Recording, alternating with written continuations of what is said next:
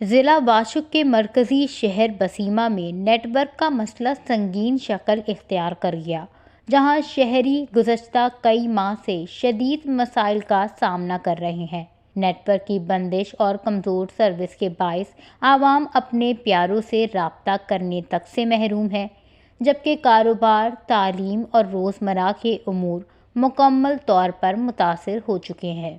بالکل اننو میں خبر ہے بیسیما سی پیک نہ زیا واشک نہ سے چٹ باز اے متحصیل سے لیکن انتہائی کہ سست روی نہ شکارے کبھی نیٹ تک آئے کا کبھی سگنل افتا اور بجلی امبا لوڈ شیڈنگ کی کا مطلب بندگاہ ذلیل ہو اسٹوڈنٹ کے خواندن کی پریشان ہو اور کاروباری بندگاہ کو ہم کہ نیٹ مفرنگ نہ سبب انتہائی پریشان ہو۔